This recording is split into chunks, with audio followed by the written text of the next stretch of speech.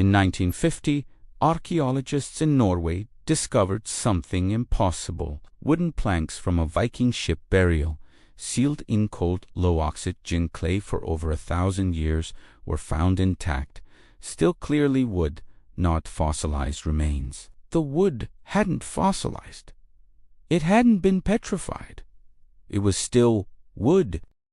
Compare that to a modern pressure-treated deck that starts showing soft spots in year 5. Posts that crumbled after one harsh winter. Fences that turn gray and crack before you've even finished paying for them. The question isn't why old wood survived. The question is, what did those builders understand about wood that we've completely forgotten? Chapter 1.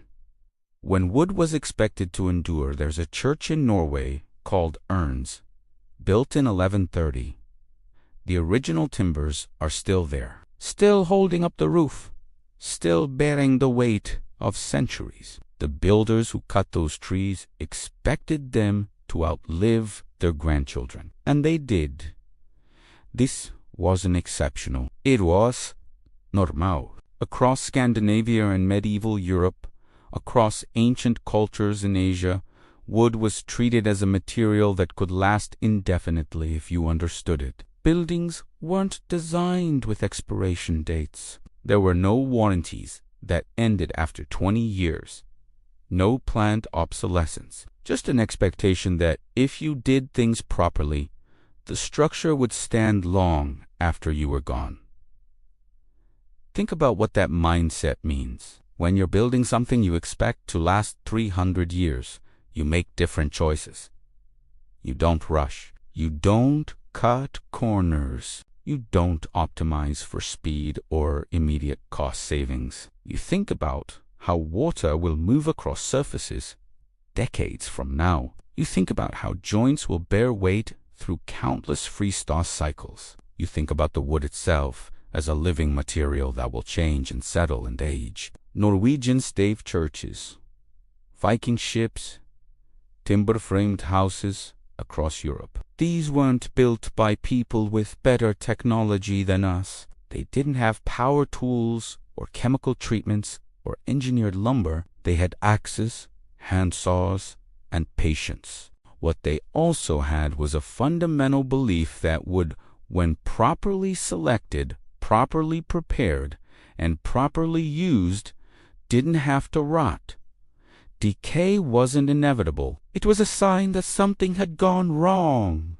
Wrong tree, wrong timing, wrong design, wrong care. Somewhere between then and now, that expectation changed. We started assuming wood would fail, and once you expect failure, you stop designing against it. Chapter 2. The forests that nitrogen monoxide longer exist. The wood itself was different, not because Scandinavian trees were magical, not because northern forests had some secret genetic advantage, but because the trees grew differently. In the deep forests of medieval Norway, a pine tree might take 80 years to grow 12 inches in diameter.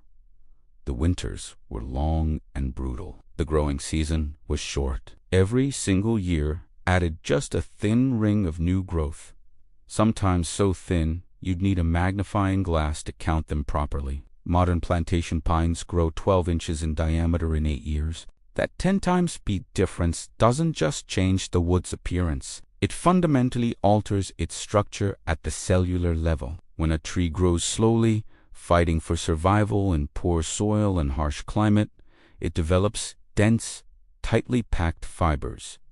The cells are smaller, the walls are thicker, there is less empty space for water to penetrate, less room for fungi to establish, fewer weak points where decay can begin. The resin channels, the tree's natural defense system, become concentrated. In some old-growth samples, researchers have found significantly higher concentrations of natural resins than in fast-grown wood. That resin contains natural biocides, compounds that fungi and bacteria simply can't digest. None of this was visible to the builders.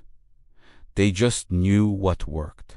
core samples, taken from the Nurstave Church, built in 1130, show growth rings so tight that in certain sections there were over 150 rings per inch. Under electron microscopy, the wood fibers were packed so densely that water could unpenetrate more than a few millimeters even after centuries of exposure. This isn't ancient craftsmanship. This is biology. The tree that grew slowly in terrible conditions built itself into something nearly indestructible. The tree that grew quickly in optimal conditions built itself for rapid height gain and reproduction, which means softer wood, wider cells, less resin, more vulnerability. Neither tree is better or worse. They're optimized for different survival strategies. But if you're building something meant to last centuries, you want the tree that already spent its entire life learning how to survive stress. You want wood that has been preparing to endure since the day it sprouted. Those forests, those conditions, those growth patterns, they're increasingly rare. Chapter 3. The fortress core. But even from the right tree, not all wood is equal. Think of a tree like a fortress. The outer walls, what we call sapwood, are alive, actively pumping water and nutrients from roots to leaves. These outer layers are biologically active, full of sugars and starches, constantly changing. They're also vulnerable. Insects love them.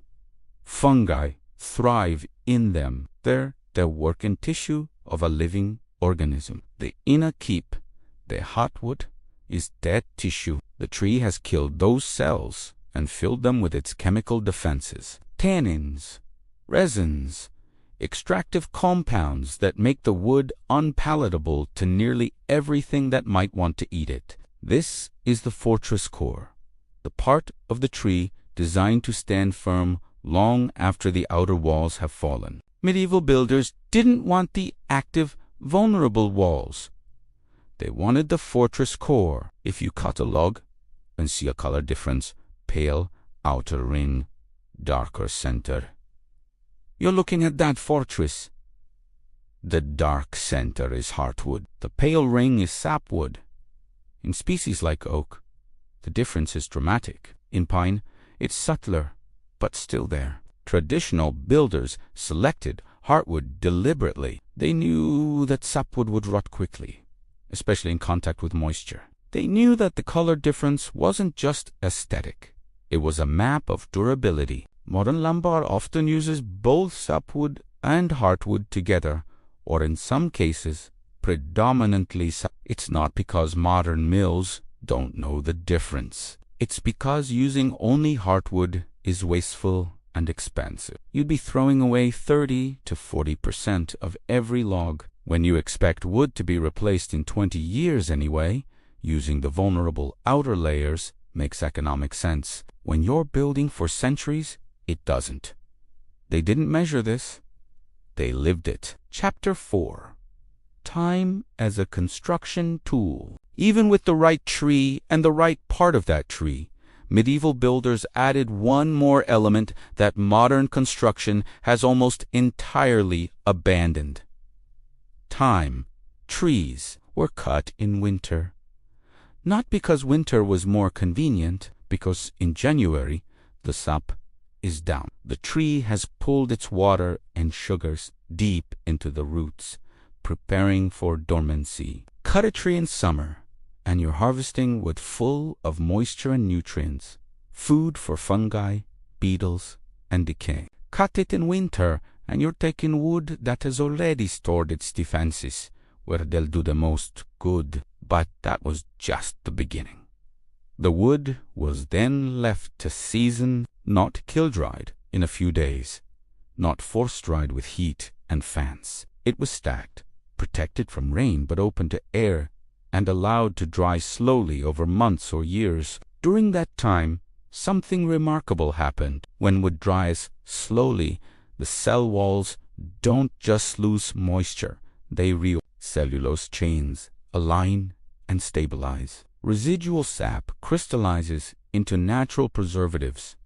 Stresses equalize, The wood doesn't just become drier, it becomes different.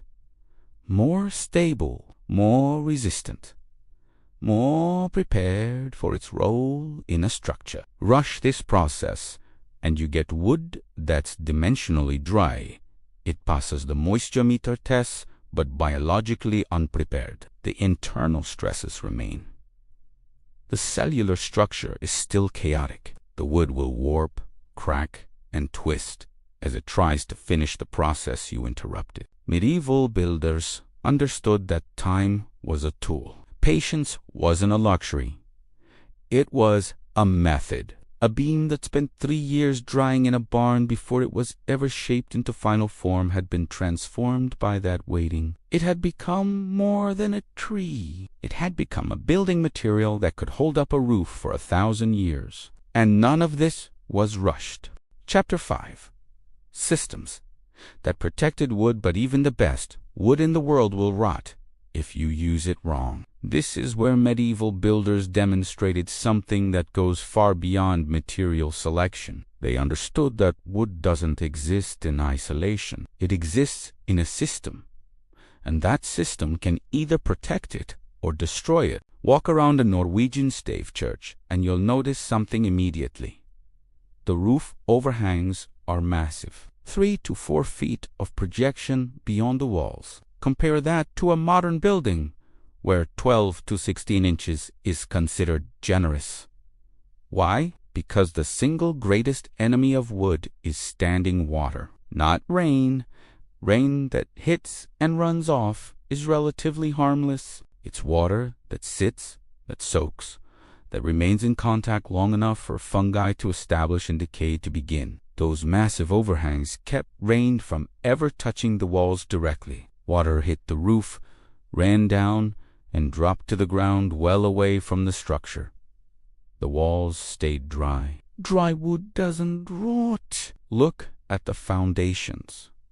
Stone bases raise the wooden structure 18 inches or more above ground level. Not for aesthetics, to break contact with ground moisture. Soil holds water. Capillary action pulls that moisture upward. If wood sits on soil, it's sitting in a reservoir that never fully dries out. Stone creates a barrier. It breaks the connection. Look at the joinery. Mortise and tenon connections designed so that any water that does get in has a path to drain out. No horizontal surfaces where water can pool. No enclosed pockets where moisture can be trapped. Every joint is designed with gravity in mind. Water moves down and away. Modern decks often have joists sitting directly on concrete blocks, with end grain in contact with a surface that condenses moisture every night. Medieval builders would consider this insane, like storing leather boots in a puddle. They didn't think of the building as separate pieces. Wood here, stone there, roof above. They thought of it as a complete system where every element had a role in protecting every other element. The wood wasn't expected to survive on its own. The design was expected to help it survive. This wasn't a theory, it was an experience. Chapter 6. Integration, not coding. In many cases, there was one more layer of protection, but it didn't work the way modern treatments work. Pine tar, a thick, black substance made by slow-burning pine wood in an oxygen-starved environment. The Vikings used it on their ships. Scandinavian builders used it on exterior timber, but pine tar wasn't painted. It didn't sit on top of the wood like a barrier it penetrated. Tar is thin enough when warm to soak deep into the wood grain, filling voids and spaces within the cellular structure. As it cools and ages, it becomes part of the wood itself. Not a coating that can peel or crack, but an integrated preservation system. The compounds in pine tar are hydrophobic. They repel water, but more importantly, they're compounds that fungi and insects can't digest. Wood treated with pine tar becomes chemically hostile to the organisms that cause decay. Many modern treatments can trap moisture between layers. Water gets under the coating, can't escape, and decay accelerates. Traditional tar allowed the wood to breathe while still providing protection. And it was maintained, not replaced. Every 5 to 10 years, another application would be brushed on, renewing the protection, deepening the integration. It wasn't a product applied once and forgotten. It was part of an ongoing relationship with the material. Chapter 7. Different expectations, so why doesn't modern wood last the way medieval wood lasted? This isn't about modern builders being careless or companies being greedy. It's about a fundamental shift in what we expect and what the system rewards. We build for today's market, not for centuries.